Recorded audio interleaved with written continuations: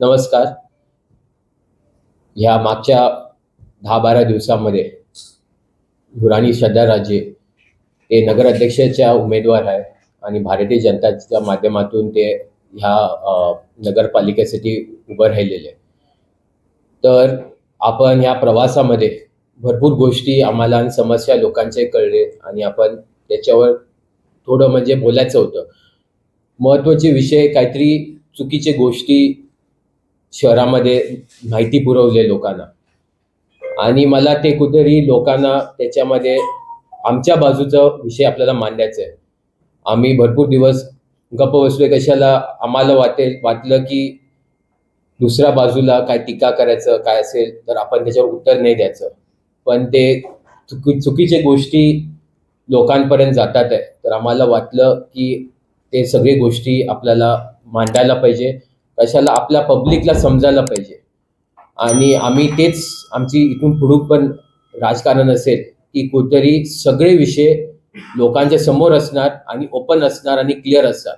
आणि धुराणी श्रद्धाराजे आणि भारतीय जनता पार्टीचं तसंच असेल की आपण पूर्ण सरकार आपण ट्रान्सपेरंट करणार, म्हणजे लोकांना काय पण माहिती पाहिजे असेल ते उपलब्ध होणार आणि काय पण विषय असतील ते तुमच्या समोरच असणार. तर ह्या प्रवासामध्ये आम्ही ऐकलं की मल्टी स्पेशालिटी हॉस्पिटलचं विषय की ते आमच्यामुळे थांबलेलं आहे आणि असे गोष्टी भरपूर शहरामध्ये मला ऐकू मिळतात. तर मी म्हटलं की एक एक माणसाला सांगायच्या ऐवजी मी कुठेतरी ह्या प्रेसच्या माध्यमातून मी तो विषय मांडेल. मी तुमच्या समस्याच्या म्हणजे तुमच्याला सांगायच्या पहिलं अगोदर मी एक सांगेन की डिस्ट्रिक्ट कोर्टचं ऑर्डर ते राजघरांच्या बाजूने झालं होतं आणि मी आपल्याला ऑर्डर शेअर करेल, इथं उपलब्ध असेल ते कागद, की ऑर्डर सांगते की रिकामी जागा ती राजघरांची आहे आणि बिल्डिंगची खाली जागा आहे ती शासनाची आहे. तर त्याच्यावर अपील शासनाने केली आणि ती अपील आता हायकोर्टमध्ये आहे आणि स्टे आम्ही घेतली नाही आहे, ती स्टे शासनाने घेतलेली आहे आणि ते भरपूर वर्षापासून चालू आहे. म्हणजे हायकोर्टामध्ये 2011 पासून चालू आहे. त्याच्यानंतर पण तिथं भूमिपूजन केलं होतं. मला वाटतं 2019 मध्ये भूमिपूजन झाली होती. तेव्हा स्टे असेल, म्हणजे आमचं स्टे नव्हतं पण शासनाचं स्टे होतं, तर तेव्हा काहीतरी उभं करणं चुकीचं होतं. पण आम्ही म्हटलं की कुठेतरी लोकांसाठी सेवेसाठी कुठेतरी मल्टी स्पेशालिटी उभं राहायला पाहिजे, म्हणून आम्ही त्याच्यावर विरोध केला नाही. आम्ही म्हटलं की कुठेतरी तडजोडच्या माध्यमातून आपण कुठेतरी ते मल्टी स्पेशालिटी हॉस्पिटल उभं करू. असेच थोडे वर्ष गेले आणि कोणी तडजोडमध्ये मला वाटतं विषय मिटत नव्हतं आणि ह्या विधानसभा इलेक्शनच्या अगोदर आपण डॉक्युमेंट साईन केले होते आणि आमदार केसरकर साहेबांनी पण आणि मला भरपूर आधार आहे त्यांच्याबद्दल आणि त्यांच्या इलेक्शनमध्ये पण आम्ही भरपूर त्यांच्यासोबत काम केलं आणि आम्हाला भरपूर त्यांचं मार्गदर्शन लाभतो आपल्यावर. तर त्यांनी आणि आम्ही ठरवून आणि शासनाने ठरवून ते अग्रीमेंट एक MOU तयार केली होती आणि ते MOU मी आपल्याला दाखवेलच की MOU ती विधानसभा इलेक्शनच्या अगोदर सही केली होती. आणि आज मला पण वाटते की कुठेतरी त्याचं डॉक्युमेंटचा चुकीचा उपयोग होतोय. इलेक्शनच्या अगोदर ते कुठेतरी त्याचा फायदा घेतलं इलेक्शनला, विधानसभा इलेक्शनला, आणि आज त्याच डॉक्युमेंटचं ते विरोध करतात आहे. तर कुठेतरी लोकांचं म्हणजे केव्हा डॉक्युमेंटचा फायदा होतो त्यांना तर ते फायदा करतात आहे, केव्हा त्याचा फायदा होत नाही तो त्याचा दुरुपयोग करतात आहे. पण मी खात्रीने सांगू शकतो की ते डॉक्युमेंट आम्ही ड्राफ्ट केली नाही आहे, ते शासनाने ड्राफ्ट केलेली आहे. त्याच्यावर कलेक्टरची सही आहे, त्याच्यावर राजघरांची सही आहे. आमची जबाबदारी आम्ही पूर्ण केली आहे.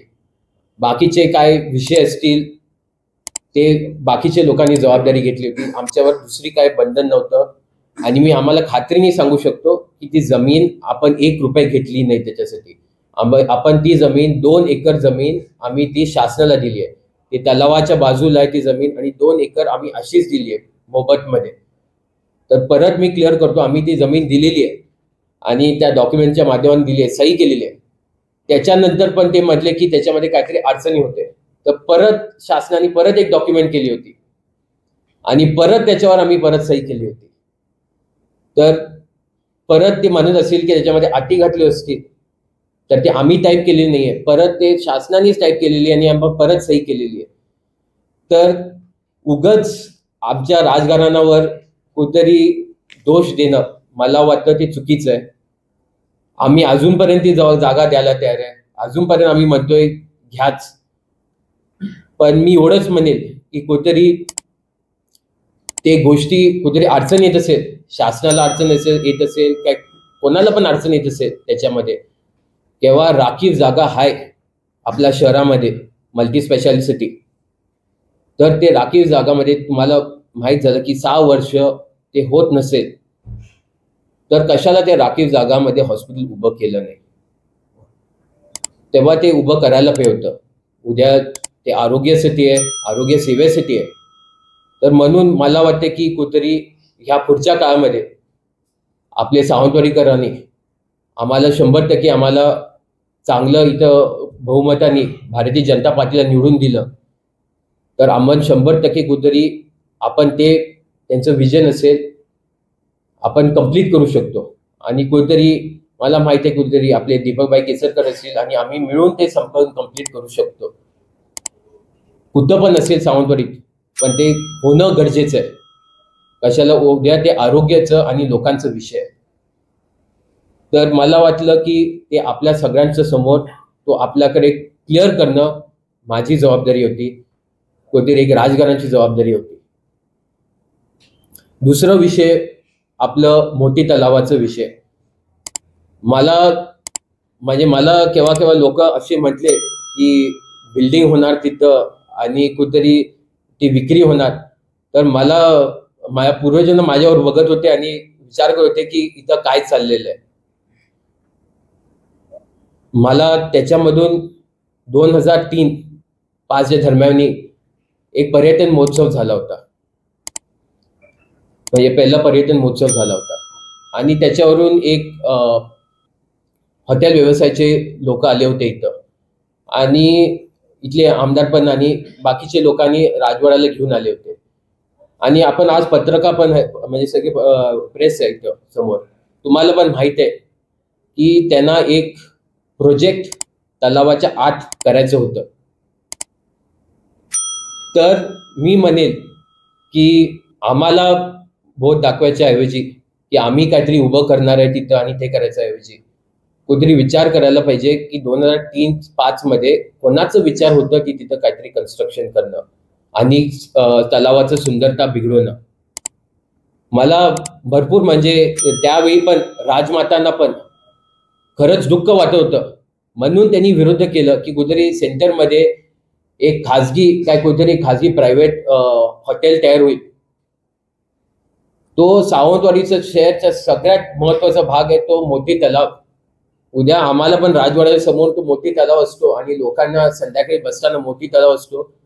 ते नसेल तर सावंतवाडीचं अजिबात दुसरं काय नाहीये, तो सगळ्यात एक महत्वाचा स्पॉट आहे. तर मी तेच म्हणेन लोकांना की ती राजघराण्याची आणि उद्या आज भारतीय जनता पार्टी पण आहे आपल्यासोबत, की आम्ही राजघराणा जिवंत असूपर्यंत काय कोण पण आमच्या पूर्वजांनी आतापर्यंत कोण पण असेल तर आम्ही तिथं आत तलावाच्या आत काय मोठं बांधकाम करणं काय असं करणं आम्हाला वाटेल चुकी होईल. आम्ही स्वतः करणार नाही तिथं, आणि चुकीचं गोष्ट असेल तिथं आत करणं तर आम्ही पण दुसऱ्याला पण करायला देणार नाही.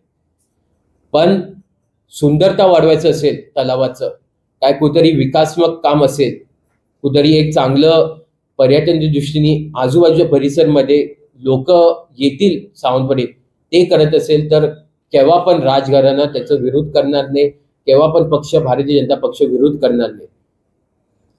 आपला तोच विचार आहे की कुठेतरी पर्यटन यायला पाहिजे आणि तो एक सेंट्रल स्पॉट पडतो, तर त्याच्यावर आपल्याला चांगल्या पद्धतीने कुठेतरी एक चांगलं विजन घेऊन काम करायला पाहिजे. तिथं भरपूर आपण नुसतं केव्हा पण विरोध केलाय की नुसतं केव्हा तरी तिथं कॉन्क्रिटीकरण आत होतो आणि कुठेतरी तलावाला चुकीच्या गोष्टी होतात, तेव्हाच आम्ही विरोध केलेला आहे. काय केव्हा पण सुंदरता असेल काय चांगलं विकसित काम असेल तर आम्ही थांबवलं नाही. एक नुसतं उदाहरण, या मागच्या काळामध्ये फाउंटन आलं तर आम्ही कोणाला पण विचारा, आम्ही प्रेसला पण सांगा, कोणाला विचारा, आम्ही केव्हा पण विरुद्ध केलं नाही. भोवती घातले त्याला पण आपण विरोध केला नाही. तर ते गोष्टी होत चाललेल्या आहे आणि अजूनपर्यंत आम्ही विरोध करत नाही त्याच्यासाठी. उद्या चांगले विषय होतील तर आपले पर्यटन नेत राहणार. तर आम्ही ते लोकांच्या हितासाठीच करतो आणि लोकांच्या विकासासाठीच करतो आणि तोच आपलं विजन राहील आणि इथून पुढे आपल्याला तोच डेव्हलपमेंट करायचं आहे. तर मला वाटलं की आपल्याला सगळ्यांना ते विषय सांगणं गरजेचं होतं. भरपूर लोक थोडी चुकीची माहिती घेऊन गैरफायदा घेतात त्याचं. तर मी म्हटलं ते विषय मी बोलू आपल्याला. आणि असे भरपूर विषय होत राहतात की तुम्हीच विचार करा, हायवे इथून आतून कशाला गेलं नाही आणि बाहेरून कशाला गेलं नाही.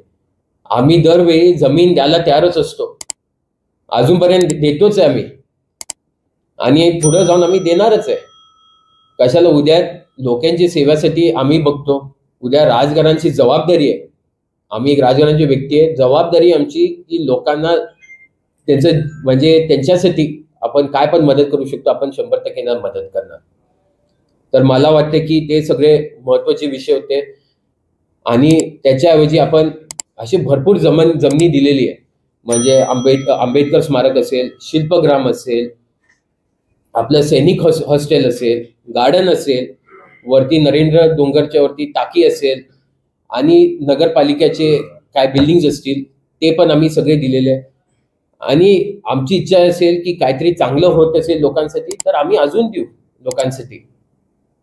तोच आपलं विजन आहे आणि तोच आहे आपलं लोकांसाठी मदत करण्यासाठी. तर मी विनंती करेन की काय पण चुकीची गोष्टी इथं पसरत झाल्या इलेक्शनच्या निमित्ताने, मला वाटतं चुकीचं होईल. तुम्ही आम्हाला म्हणजे भारतीय जनता पार्टीला तुम्ही संधी द्या आणि कुठेतरी आम्हाला एक चांगलं पद्धतीने एक चांगलं विकसित सावंतवाडी करू शकतो, चांगलं विकास करू शकतो ह्या भागामध्ये. आणि ह्या चुकीच्या गोष्टी म्हणजे केव्हाही पण इलेक्शन पासून चालू झालेलं आहे. आपण एकच मुद्दे बोललो आणि विकासात्मक मुद्दे बोललेलो आहे. आपण कोणावर टीका केली नाही, आपण कोणावर काय उलट काय बोललोच नाहीये. आणि इथून पुढे पण आपल्याला तेच स्टँड ठेवायचं आहे.